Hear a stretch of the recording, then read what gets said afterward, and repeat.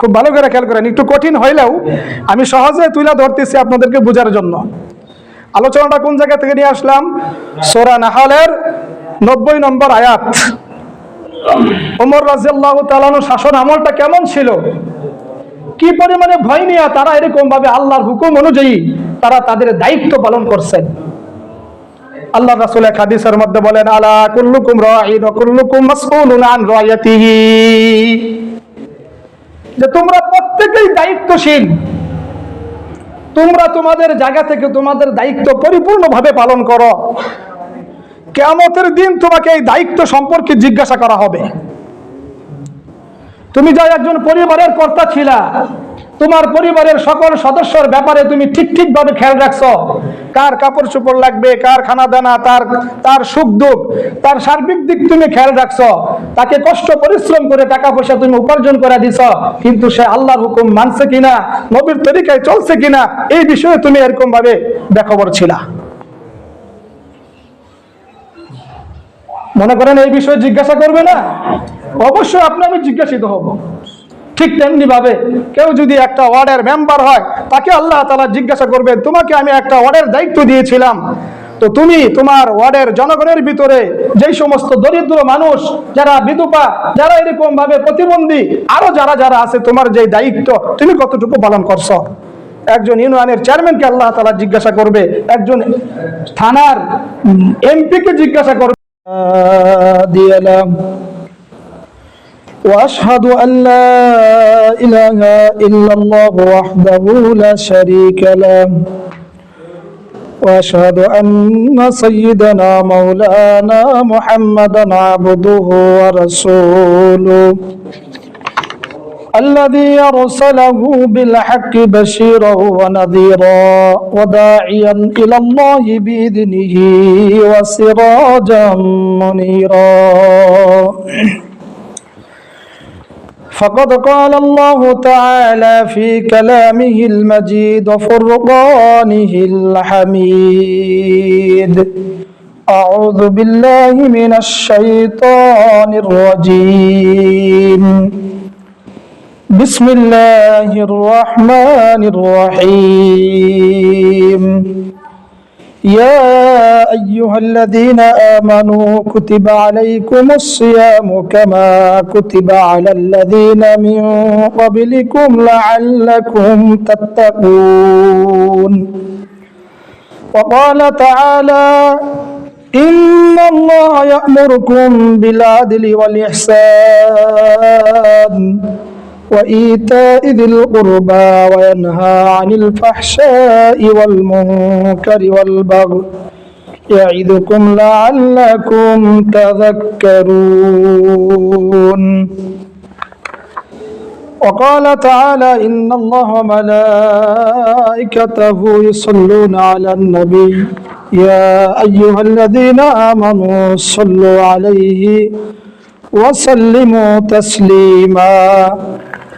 নবীজির মহব্বতে সকলে দুরূদ শরীফ পড়ি। আল্লাহুম্মা সাল্লি আলা মুহাম্মাদিন ওয়া আলা আলি মুহাম্মাদ কামা সাল্লাইতা আলা ইব্রাহিম ওয়া আলা আলি ইব্রাহিম ইন্নাকা হামিদুম মাজিদ.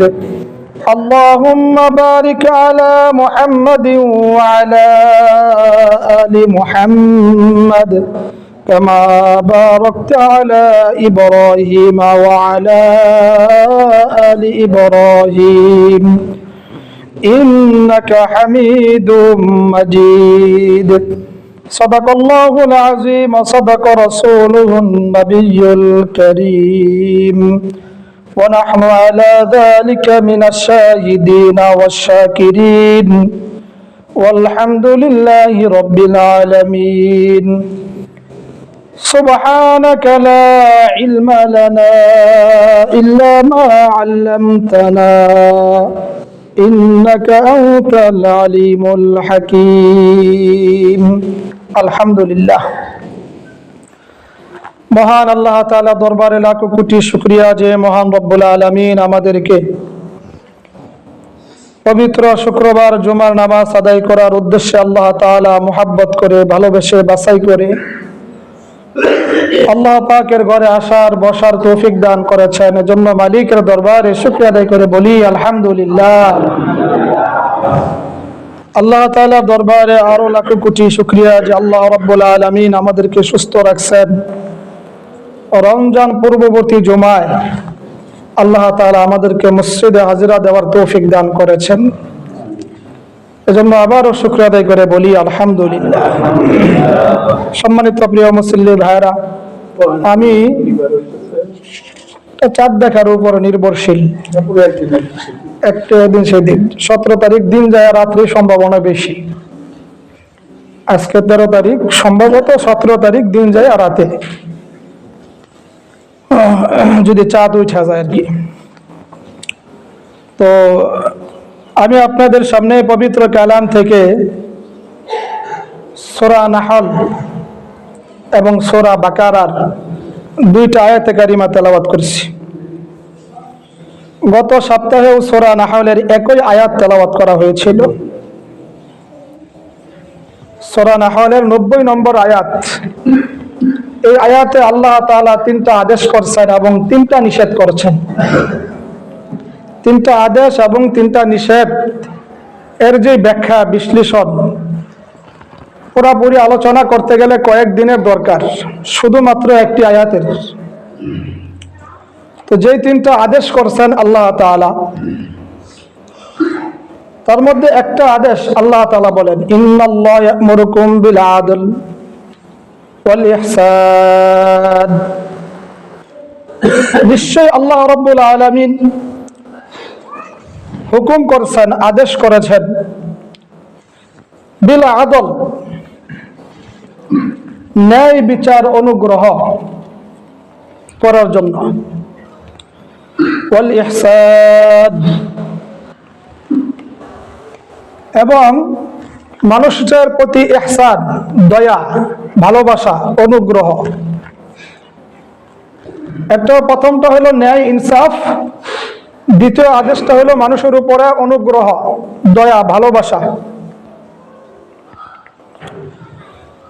এরপরে আল্লাহ তাআলা বলতেছেন ওয়া ইতাইযিল কুরবা। 3 নম্বর যে আদেশ, সে আদেশটা হইল যে তোমার নিকটবর্তী যে সমস্ত আত্মীয় স্বজন লোকজন আছে এদের প্রতি তুমি সদাচরণ করো, ভালো ব্যবহার করো, এদের হক তুমি আদায় করো। এই 3টা আদেশ করছেন। আর 3টা নিষেধ, ওয়ানহা আনিল ফাহশাই ওয়াল মুনকারি ওয়াল বাগই। 3টা নিষেধ। 1 নম্বর হলো আল্লাহ তাআলা বলতেছেন সকল ধরনের অন্যায় অপরাধ থেকে তুমি বেঁচে থাকো, অশ্লীলতা থেকে তুমি বেঁচে থাকো, এবং আল্লাহ যা নিষেধ করছেন তা থেকে তুমি নিজেকে বাঁচায় রাখো। এই ধরনের আরো যত অপকর্ম আছে, যে সমস্ত কাজ করলে আল্লাহ এবং আল্লাহ রাসূল রাগান্বিত হন, এই সমস্ত কাজ থেকে তুমি নিজেকে বাঁচায় রাখো। এই কথাগুলো বলার পরে আল্লাহ তাআলা বলতেছেন ইয়াইদুকুম লাআল্লাকুম তাযাক্কারুন। এই ওয়াজটা আল্লাহ তাআলা নিজেই করছেন, ইয়াইদুকুম। আল্লাহ বলেন এই ওয়াজ আমি, এই হুকুম আমি আল্লাহ তাআলাই করছি, লাআল্লাকুম তাযাক্কারুন, যাতে তোমরা উপদেশ গ্রহণ করতে পারো, নসিহত কবুল করতে পারো। তো মুফাসসিরিন একরাম এই আয়াতের ব্যাখ্যার মধ্যে যে সমস্ত কথাগুলো তুলে ধরছেন, প্রথমেই বললাম 2-3 দিন একটানা বললেও এগুলোর শেষ হবে না। প্রথমত আল্লাহ তাআলা 3টা আদেশের মধ্যে একটা হলো ন্যায় ইনসাফ, বিল আদল, সমান অধিকার। এটা বলতে আমরা কি বুঝি? মুফাসসিরিন একরাম এই আয়াতের ব্যাখ্যায় কত চমৎকার ভাবে হযরত ওমর রাদিয়াল্লাহু তাআলা আনহু এর শাসন আমলের একটা চিত্র তুলে ধরছেন। সূরাতুন নাহলের 90 নম্বর আয়াতের মধ্যে মুফাসসিরিন একরাম যে চিত্রটা তুলে ধরছেন হযরত ওমর রাদিয়াল্লাহু তাআলা তার কি পরিমাণে মানুষের প্রতি ন্যায় ইনসাফ ছিল, কি পরিমাণে আদল ছিল। তো আল্লাহ রাব্বুল আলামিন ওই কথাটা মানুষকে জানাইতেছেন যে পরবর্তীতে যারা দুনিয়াতে বসবাস করবে, আল্লাহ রাব্বুল আলামিন তাদের উপরে যদি কোনো রকমের দায়িত্ব ভার কারো কাঁধে দিয়া দেয়, সেটা দেশের হইতে পারে, কোনো সমাজের হইতে পারে, কোনো থানার হইতে পারে, কোনো এলাকার হইতে পারে, অথবা কোনো পরিবারের হইতে পারে, তার কি পরিমাণে আল্লাহর ভয় নিয়ে আদল প্রতিষ্ঠা করতে হয়। মুফাসসিরিন একরাম লেখেন, এই আয়াতের মধ্যে হযরত উমর রাদিয়াল্লাহু তাআলা আনহুর শাসন আমলের যে চিত্রটা তুলে ধরছেন, উমর রাদিয়াল্লাহু তাআলা আনহু যখন রাষ্ট্রের খলিফা নিযুক্ত হইলেন, উনি রাষ্ট্র চলাকালীন সময়ে তার ভিতরে আল্লাহর কি পরিমাণে ভয় ছিল, কি পরিমাণে আদল ইহসান ছিল, ন্যায় পরায়ণতা ছিল। উমর রাদিয়াল্লাহু তাআলা আল্লাহ তাআলার যখন এই আদেশ কোরআন থেকে যখন জানতে পারলেন, তখন এই আয়াতের ব্যাখ্যার বিশ্লেষণে ইবনে আব্বাস রাদিয়াল্লাহু তাআলা যে বর্ণনা করেছেন, দেখে যে কেউ যদি রাষ্ট্রের ক্ষমতা পায় তাহলে তার কাছে জনগণ 6টা বিষয়ে পাওনা থাকে। ওমর রাদিয়াল্লাহু তাআলা যখন রাষ্ট্রের খলিফা নিযুক্ত হলেন, এই আয়াত তার সামনে, চোখের সামনে ভেসে উঠল। খুব ভালো করে খেয়াল করেন, 6টা বিষয় জনগণ তার কাছে পাওনা। চিন্তা করলেন, আমি যদি ন্যায় পরায়ণতা অবলম্বন করতে চাই, মানুষের ভিতরে, মানুষের কাছে ইনসাফ প্রতিষ্ঠা করতে চাই, তাহলে তো আমার এই 6টা হুকুম আদায় করতে হবে। আমরা অনেকেই জানি না যে 6টা জিনিস কি, আল্লাহ কি বলছেন। শুনে রাখেন, গুরুত্বপূর্ণ কথা। 2টা আয়াত পড়ছি, একটা হলো সূরা বাকারা থেকে রোজা সম্বন্ধে, আর যে আয়াতটা সূরা নাহলের 90 নম্বর আয়াত গত সপ্তাহ তেলাওয়াত করেছিলাম, কিছু কথা অপূর্ণ থাকায় যেমন আজকে আবার পড়ছি। উমর রাদিয়াল্লাহু তাআলা 6টা বিষয় খুব ভালোভাবে বর্ণনা করছেন। যেহেতু আমি রাষ্ট্রের খলিফা, আমার কি দায়িত্ব, জনগণ আমার কাছে কি পাওনা, আমি যেন আল্লাহর দ্বারার কাঠগড়ায় দ্বারা হইতে না হয়, আমি সেই ন্যায় ইনসাফ প্রতিষ্ঠার জন্য আমি চেষ্টা করব। আয়াতের মধ্যে লেখেন যে রাষ্ট্রের প্রধান যিনি, তার কাছে জনগণ 6টা বিষয়ে পাওনা, 6টা হক, 6টা অধিকার রাষ্ট্রের প্রধানের কাছে জনগণ পায়। খুব ভালো করে খেয়াল করে রাখেন। 1 নম্বর, খাদ্য। যেহেতু সময় অল্প, সব ব্যাখ্যা দিতে পারবো না, 2-1টা বলবো। 1 নম্বর কি ভাই? খাদ্য। 2 নম্বর বস্ত্র। বস্ত্র বুঝেন আপনারা? এই ফাঁকে একটা কথা বলি, ভাষা 2 প্রকার। ভাষা কয় প্রকার? 2 প্রকার। একটা হলো সাধু ভাষা, আর একটা হলো চলতি ভাষা। আপনারা মনে মনে ভাবতেছেন, হুজুর আপনি কি আমাদেরকে বাংলা ব্যাকরণ শিখাইতেছেন? না, বুঝার জন্য বলতেছি। একটা হলো সাধু ভাষা, আর একটা হলো চলতি ভাষা। সাধু ভাষা হইল রবি, এটা বলতে আমরা কি বুঝি? সূর্য যেটা সকালবেলা উদিত হয়, এটা সাধু ভাষা। কিন্তু আমরা আঞ্চলিক ভাষায় কি বলি? বেল। এই তো বুঝছেন, আঞ্চলিক ভাষায় কি বলি ভাই? বেল। এই জন্য বললাম যে ভাষা 2 প্রকার, একটা হলো সাধু ভাষা, আর একটা হলো চলতি ভাষা। আরো সহজভাবে বলি, সাধু ভাষা হলো বইয়ের ভাষা, আর চলতি ভাষা আপনি আমি যা ব্যবহার করি। খেয়েছেন, এটা সাধু ভাষা। খাইছুন, এটা হলো চলতি ভাষা। বুঝছেন তো?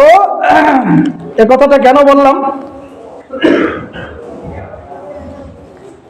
ঠিক তেমনি ভাবে ওমর রাদিয়াল্লাহু তাআলা যে কথা বলতেছিলাম, কাপড়ের অপর নাম সাধু ভাষায় বস্ত্র। আমরা বাংলায় বলি কাপড় চোপড়, বইয়ের ভাষায় কি? বস্ত্র।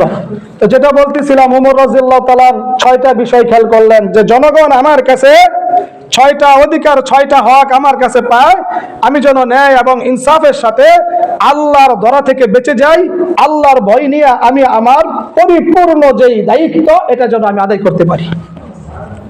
সেই 6টা বিষয়ের মধ্যে 1 নম্বর খাদ্য, 2 নম্বর হলো বস্ত্র, 3 নম্বর হলো বাসস্থান। বাসস্থান বোঝেন আপনারা তো কি? বাড়িঘর। মাশাআল্লাহ, শিক্ষিত মানুষ তো সবাই, আলহামদুলিল্লাহ। তো খাদ্য, বস্ত্র, বাসস্থান, শিক্ষা, কয়টা হলো ভাই? 4টা। চিকিৎসা, কয়টা হইলো? আরেকটা হইলো নিরাপত্তা, অর্থাৎ বর্ডার গার্ড বাহিনী। খুব ভালো করে খেয়াল করেন, একটু কঠিন হইলেও আমি সহজে তুলে ধরতেছি আপনাদেরকে বোঝার জন্য। আলোচনাটা কোন জায়গা থেকে নিয়ে আসলাম? সূরা নাহলের 90 নম্বর আয়াত। ওমর রাদিয়াল্লাহু তাআলা আনহু শাসন আমলটা কেমন ছিল, কি পরিমাণে ভয় নিয়ে তারা এরকম ভাবে আল্লাহর হুকুম অনুযায়ী তারা তাদের দায়িত্ব পালন করছেন। আল্লাহ রাসূল এক হাদিসের মধ্যে বলেন, আলা কুল্লুকুম রাঈন ওয়া কুল্লুকুম মাসউলুন আন রায়াতিহি, যে তোমরা প্রত্যেকেই দায়িত্বশীল, তোমরা তোমাদের জায়গা থেকে তোমাদের দায়িত্ব পরিপূর্ণভাবে পালন করো। কিয়ামতের দিন তোমাকে এই দায়িত্ব সম্পর্কে জিজ্ঞাসা করা হবে। তুমি যা একজন পরিবারের কর্তা ছিলা, তোমার পরিবারের সকল সদস্যর ব্যাপারে তুমি ঠিক ভাবে খেয়াল রাখছো। কার কাপড় চোপড় লাগবে, কার খানা দানা, তার সুখ দুঃখ, তার সার্বিক দিক তুমি খেয়াল রাখছো। তাকে কষ্ট পরিশ্রম করে টাকা পয়সা তুমি উপার্জন করে দিছ, কিন্তু সে আল্লাহর হুকুম মানছে কিনা, নবীর তরিকায় চলছে কিনা, এই বিষয়ে তুমি এরকম ভাবে বেখবর ছিলা। মনে করেন এই বিষয়ে জিজ্ঞাসা করবে না? অবশ্যই আপনি আমি জিজ্ঞাসিত হব। ঠিক তেমনি ভাবে কেউ যদি একটা ওয়ার্ডের মেম্বার হয়, তাকে আল্লাহ তাআলা জিজ্ঞাসা করবে, তোমাকে আমি একটা ওয়ার্ডের দায়িত্ব দিয়েছিলাম, তো তুমি তোমার ওয়ার্ডের জনগণের ভিতরে যেই সমস্ত দরিদ্র মানুষ, যারা বিধবা, যারা এরকম ভাবে প্রতিবন্ধী, আরো যারা আছে, তোমার যে দায়িত্ব তুমি কতটুকু পালন করছো। একজন ইউনিয়নের চেয়ারম্যানকে আল্লাহ তাআলা জিজ্ঞাসা করবে, একজন থানার এমপিকে জিজ্ঞাসা করবে, এরকম ভাবে রাষ্ট্রপ্রধানকে আল্লাহ তাআলা জিজ্ঞাসা করবে। এখন বলতে পারেন, হুজুর এগুলোর দায়িত্ব কেউ পাইলো না। এমনও তো লোক আছে যাদের কোনো সংসার নাই, বাড়িঘর নাই, সন্তানাদি নাই, বউ ফুলাফান নাই, কিচ্ছু নাই, শুধু একা ওয়ালিন ওয়ান একজন। তারে আল্লাহ কি ব্যাপারে জিজ্ঞাসা করব? তাকেও আল্লাহ তাআলা জিজ্ঞাসা করবে, আমি আল্লাহ তাআলা তোমার যে অঙ্গ পতঙ্গ নামক একটা নিয়ামত দান করেছিলাম, এই অঙ্গ পতঙ্গ তুমি আমার হুকুম অনুযায়ী চালাইছ না আমার হুকুমের বাইরে চালাইছ? কিভাবে ব্যবহার করছো? ওইদিকে লক্ষ্য রেখে ওমর রাদিয়াল্লাহু তাআলা যখন জানতে পারলেন এই 6টা হক আমার কাছে, যা রাষ্ট্রের জনগণ আমার কাছে পাওনা, ওমর রাদিয়াল্লাহু তাআলার ভিতরে আল্লাহ তাআলার ভয় কি পরিমাণে ছিল ভাই। এক রিওয়ায়াতে আছে, ওমর রাদিয়াল্লাহু তাআলা বলতেছেন যে আমি আল্লাহ তাআলার রহমতের এই পরিমাণে আশা করি যে আল্লাহ তাআলা যদি দুনিয়া থেকে কাউকে মাফ করে জান্নাত দেয়, আল্লাহর রহমতের এই পরিমাণে আশা করি যদি কাউকে আল্লাহ জান্নাত দেয়, আর একজন ব্যক্তিকে যদি আল্লাহ তাআলা জান্নাত দেয়, ওই একজন ব্যক্তি আমি উমর হইতে পারি। জিজ্ঞাসা করছেন, ওগো উমর, আপনার ভিতরে তাহলে আল্লাহর রহমতের আশা এই পরিমাণে, ভয় কি পরিমাণে আছে? আমার ভিতরে আল্লাহর ভয় এই পরিমাণে আছে যে যদি আল্লাহ তাআলা কাউকে জাহান্নামে দেয় আর ব্যক্তি যদি একজন হয়, তাহলে হয়তো বা হতে পারি আমি ওই ব্যক্তি হতে পারি। যে কোনো গুনাহের জন্য যদি জাহান্নামে দিয়ে থেকে না জানি আমার কোন গুনাহ হয়ে গেছে, আমার ওই গুনাহের জন্য জাহান্নামে জ্বলতে হবে, এই পরিমাণে ভয়ও আমার ভিতরে আছে। এই জন্য আমি চেষ্টা করি গুনাহের কাছ থেকে আমি নিজেকে বাঁচায় রাখার জন্য। প্রিয় ভাইরা আমার, ওমর রাদিয়াল্লাহু তাআলা দেখেন প্রথম যে কথাটা, 1 নম্বরে কি বলছিলাম ভাই? 6টার মধ্যে খাদ্য। একটা উদাহরণ দিলে আপনাদের সহজে বুঝে আসবে। ভাই এদিকে আমরা কথা না বলি ভাই।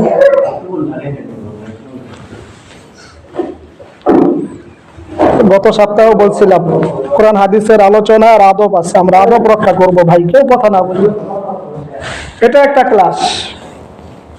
মানুষ তো বর্তমান অনেক জায়গায় ওয়াজ মাহফিলে যায়, যে পরিমাণে ওয়াজ মাহফিল হয় এই পরিমাণে কিন্তু ফায়দা হইতেছে না।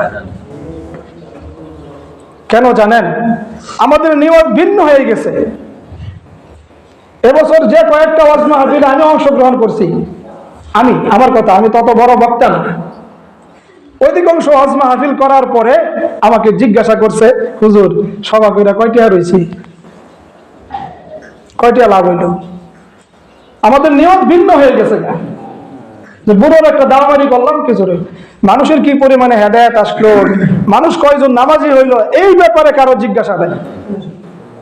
আর যারা যায় তাদেরও নিয়ত ভিন্ন, যায় ঘোরাফেরা করে, দোকানপাটে একটু আড্ডা মারে, চা টা খায়, বন্ধু বান্ধবের সাথে দেখা সাক্ষাৎ হয়, গল্প গুজব করে, আয়সা করে। আর যদি বক্তার সুর ভালো হয়, কানের যদি ভালো লাগে তাহলে যায়, আর যদি কানের ভালো না লাগে আয়সা করে। সুর, কার কথার ভিতরে নূর আছে, কার কথার ভিতরে হেদায়েত আছে, কে কোরআন হাদিস থেকে কথা বলতেছে, আমরা ওইদিকে লক্ষ্য রাখি না, সুর দেখি, নূর দেখি না। যার কারণে আমাদের নিয়ত ভিন্ন, ফলাফল অন্যরকম।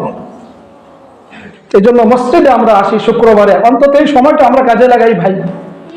তো যে কথা বলতেছিলাম, ওমর রাদিয়াল্লাহু তাআলার 6 দায়িত্বের ভিতরে সর্বপ্রথম খাদ্য। দেখেন এই দায়িত্বটা তিনি কিভাবে পালন করছেন। ওমর রাদিয়াল্লাহু তাআলা যখন রাষ্ট্রের খলিফা নিযুক্ত হইলেন, রাতের বেলা একদিন ছদ্মবেশে ঘোরাফেরা করতেছে। যখন রাতের বেলা ছদ্মবেশে ঘোরাফেরা করতেছে, কেন ঘোরাফেরা করতেন? জনগণের খোঁজ খবর নিতেন।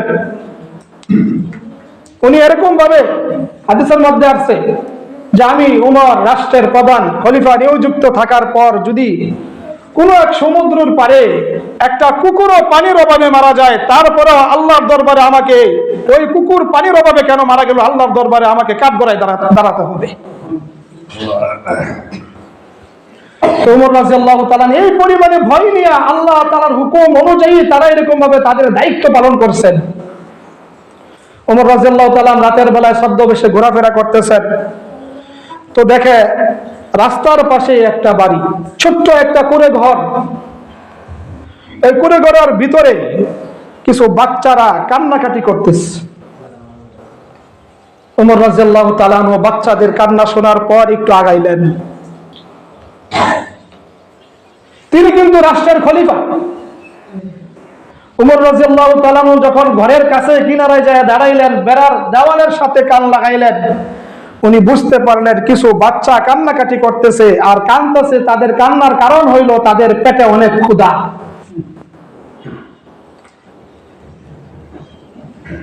ওমর রাদিয়াল্লাহু তাআলা বাড়িতে ঢুকলেন, ঢুকার পরে দেখছে একজন মহিলা একটা পাতিলার মধ্যে কি যেন জাল করতেছে। জিজ্ঞাসা করলেন, মা আপনি কি জাল করতেছেন? ওই মহিলা বলতেছে, আমার এই সন্তানের পিতা কিছুদিন পূর্বে মারা গেছে। উপার্জন করে ব্যক্তি হিসেবে আর তাদের কেউ নাই। আমাদের ঘরে যা খাবার ছিল সেই খাবার শেষ হয়ে গেছে। সন্তানেরা ক্ষুধার খাবারের কষ্ট সহ্য করতে না পেরে ক্ষুধার তাড়নায় তারা কান্নাকাটি করতেছে। ওমর রাদিয়াল্লাহু তাআলা জিজ্ঞাসা করলেন, মা আপনি তাহলে পাতিলায় কি জাল করতেছেন? তো উনি এরকম ভাবে উত্তর দিলেন, আমি কিছু পাথর দিয়ে আর পানি দিয়ে এটা লাড়াচাড়া করতেছি। ঘরে তো চাউল নাই, আটা নেই, আমি এটা নাড়াচাড়া করতেছি আর তাদেরকে সান্ত্বনা দেয় বলতেছি এই তো কিছুক্ষণ পরেই রান্না হয়ে যাবে। তারা অপেক্ষায় থাকতে থাকতে যদি একটা সময় ঘুমায়া যায়, আমি তাদেরকে মিথ্যা আশ্বাস দিয়া আমি পাতিলার মধ্যে এরকম ভাবে পানি লাগতেছি। ওমর রাদিয়াল্লাহু তাআলা আনহু ওখান থেকে বললেন, মা আপনি ঘুমায়েন না, বাচ্চাদের চোখের পানি আমার সহ্য হইতেছে না, আপনি একটু অপেক্ষা করেন। ওমর রাদিয়াল্লাহু তাআলা রাষ্ট্রীয় কোষাগারে চলে গেলেন। যাওয়ার পরে একজন খাদেমকে বলতেছে, একটা আটার বস্তা আমার কাঁধে মাথায় উঠায় দাও। তো খাদেম বলতেছে, হুজুর আমি নেই। কয় না, তুমি আমাকে এটা উঠায় দাও। কিয়ামতের দিন যদি জিজ্ঞাসা করে, ছোট ছোট বাচ্চারা না খাইয়া ঘুমাইছে, কষ্ট সহ্য করছে, তুমি রাষ্ট্রের খলিফা থাকা সত্ত্বেও তাদের খোঁজ খবর নিছো না, এই প্রশ্নের জবাব কি তুমি দিবা না আমার উত্তর দেওয়া লাগবে? খাদেম বললেন, হুজুর এই উত্তর তো আপনারই দেওয়া লাগবে। ওমর রাদিয়াল্লাহু তাআলা আনহু বললেন, তাহলে এই আটার বস্তা আমার মাথায় উঠায় দাও, আমি নিয়ে যাই। কিতাবের মধ্যে আছে আটার বস্তা যখন ওমর রাদিয়াল্লাহু তাআলা আনহুর মাথায় উঠাই দিলেন, ওমর রাদিয়াল্লাহু তাআলা আনহু খুব জোরে হাঁটতেছেন, পিছনে খাদেম চলতে শুরু করলো। জোরে হাঁটতেছেন এই জন্য যাতে বাচ্চারা ঘুমায় না যায়। বাড়ির কাছে আইসা ডাক দিলেন, মহিলার কাছাকাছি যাওয়ার পরে ওই খাদ্যের বস্তাটা নামাইলেন, বললেন এখান থেকে তাদের জন্য খানা পাক করা হোক। কিতাবে আসছে মহিলা খুব খুশি হইয়া বলতেছে, আপনারা চিনি না, আপনি কোন মুসাফির? আপনি যদি দেশের শাসনকর্তা না হইয়া, যদি ওমর যদি না হইয়া আপনি যদি হইতেন তাহলে কতই না ভালো হইতো। উনি তো চিনে না, ইনি ওমর। ওমর রাদিয়াল্লাহু তাআলা বললো, তো তাড়াতাড়ি খাবার রান্না করো। খাদেম বলতেছে, হুজুর চলেন আমরা যাইয়া, খাবার তো পৌঁছেই দিছি আমরা। ওমর রাদিয়াল্লাহু তাআলা বলতেছে, একটু আগে আমি বাচ্চাদের চোখে মুখে কান্নার ছাপ পানি দেখতে পারছি, এখন বাচ্চারা খানা খাবে, খানা পাকানো হবে, খানা খাবে, তাদের মুখে হাসি না দেখে আমি যাব না। কিতাবের মধ্যে আসছে ভাই, ওমর রাদিয়াল্লাহু তাআলা যখন বাচ্চাদের মুখে হাসি দেখলেন, ওই স্থান ত্যাগ করার সময় ওই মহিলাকে বলতেছে, আগামীকালকে তুমি ওমরের দরবারে যাবা, আমি দেখি তোমার জন্য রাষ্ট্রীয় কোষাগার থেকে কোনো ব্যবস্থা করা যায় কিনা।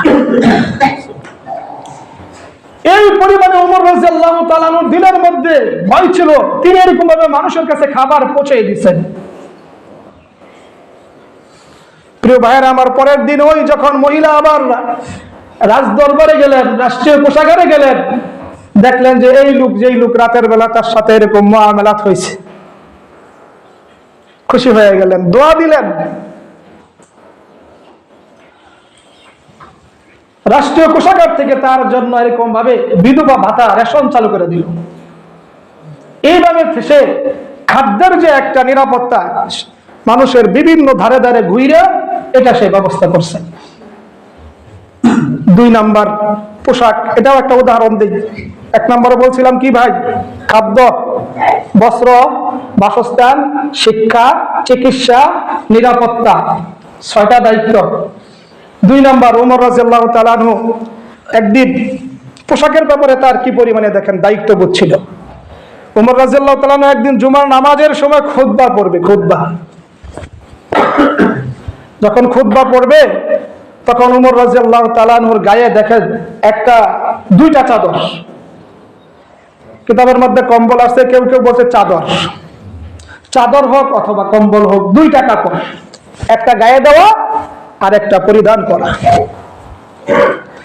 একজন মুসল্লি হঠাৎ করে প্রশ্ন করলো, হুজুর কিছুদিন আগে তো আপনি এরকম ভাবে সবাইরে একটা কইরা চাদর দিছেন বা একটা কইরা কম্বল দিছেন, আপনি 2টা কই থেকে পেলেন? আপনার রাষ্ট্রের প্রধান দেখে আপনি 2টা ব্যবহার করবেন? এই অধিকার আপনারা কে দিছে? বুঝেননি আপনারা কথা আমার? ওমর রাদিয়াল্লাহু তাআলা বলতেছে, তাহলে তোমরা যে প্রশ্নটা করছো, এই উত্তরটা কি আমি দিব না আমার ছেলে দিবে? কয়েকজনে দিলেই হয়েছে। ওমর রাদিয়াল্লাহু তাআলা আনহুর একজন ছেলে ছিলেন, তার নাম ছিল আব্দুল্লাহ। একটা মানুষ ইমামতি করতে গেলে যেই পরিমাণে পোশাকের দরকার, ওই পরিমাণে পোশাক ওমর রাদিয়াল্লাহু তাআলা আনহু ওই সময় ছিল না। যার কারণে পোশাকের যে আবৃত, পোশাকের যে মাসালা, হুকুম, এটাকে পরিপূর্ণ করতে গেলে আরেকটা চাদরের দরকার। এজন্য ওমর রাদিয়াল্লাহু তাআলা তার ছেলে তার আব্বাকে বলছে, আব্বা আপনি যেহেতু ইমামতি করবেন, আপনার একটা চাদর দিয়ে পরিপূর্ণ সতর ঢাকে না, আর নামাজের ফরজ হইল 13টা, নামাজের ভিতরে হইল 6টা ফরজ, নামাজের বাহিরে হইল 7টা ফরজ। তো যেহেতু আপনার পরিপূর্ণ সতর ঢাকে না, অতএব আমার কম্বলটা, আমার ভাগে যে কম্বলটা ছিল, এটা আমি আপনাকে দিয়ে দিলাম। আপনারটা একটা আপনি পরিধান করেন, একটা আপনি গায়ে দিয়ে আপনি নামাজের ইমামতি করেন। সুবহানাল্লাহ। তাহলে এইভাবে ওমর রাদিয়াল্লাহু তাআলা আল্লাহর ভয় নিয়ে তিনি তার দায়িত্ব পালন করছেন। প্রিয় ভাইরা আমার, আমি এই কথাটাই বলতে চাইতেছি, আল্লাহ তাআলা প্রত্যেককে এরকম ভাবে কোনো না কোনো বিষয়ে দায়িত্ব দিয়েছেন। আমরা যেন আমাদের সেই দায়িত্ব আল্লাহর ভয় নিয়ে, আল্লাহর হুকুম অনুযায়ী, নবীর তরিকা অনুযায়ী, সাহাবা একরামের জিন্দেগি যেমনটা ছিল সোনালী জিন্দেগি, আপনার আমার জিন্দেগিটা যাতে এরকম সুন্দর হয়, আপনি আমি যেন আল্লাহর জিজ্ঞাসা থেকে বেঁচে যাই, আল্লাহ তাআলা যেন আপনাকে আমাকে মাফ করে দেয়, ওইভাবে গঠন করতে হবে। এই জন্য এই বিষয়গুলো আমাদের জানা জরুরি ভাই। আমার আরজ থাকবে, সামনে যেহেতু মাহে রমজান মাস, আমরা এখন থেকে প্রস্তুতি নেই। আল্লাহ তাআলা কোরআনের মধ্যে বলছেন, ইয়া আইয়ুহাল্লাযীনা আমানু, হে ঈমানদারেরা, কুতিবা আলাইকুমুস সিয়াম, তোমাদের উপর আল্লাহ তাআলা রোজা ফরজ করেছেন, কামা কুতিবা আলাল্লাযীনা মিন ক্বাবলিকুম লাআল্লাকুম তাত্তাকুন, যেমনি ভাবে তোমাদের পূর্ববর্তী উম্মতদের উপরে আল্লাহ রোজা ফরজ করেছিলেন, ঠিক তেমনি ভাবে তোমাদের উপরে আল্লাহ রোজা ফরজ করেছেন, তোমরা আল্লাহর তাকওয়া ভীরু, আল্লাহর মুত্তাকি যাতে হইতে পারো, খোদা ভীরু যাতে হইতে পারো, ওই ভয় নিয়ে তোমরা এরকম ভাবে সামনে যে রমজান, এভাবে রোজা রাখবা, আল্লাহর হুকুম অনুযায়ী তোমরা এরকম ভাবে চলবা, নামাজ আদায় করবা, রোজা রাখবা, সিয়াম সাধনা পালন করবা, তাহলে তোমরা পরিপূর্ণ মুত্তাকি হইতে পারো। এই জন্য পিছনের জিন্দেগি আমাদের যেমনটা চলে গেছে তো চলেই গেছে, এখন থেকে প্রস্তুতি নেই ভাই। সামনে মাহে রমজান, আমরা যেন মাহে রমজানের পরিপূর্ণ এরকম ভাবে হক আদায় করতে পারি, মাহে রমজানের পবিত্রতা যেন আমরা রক্ষা করতে পারি।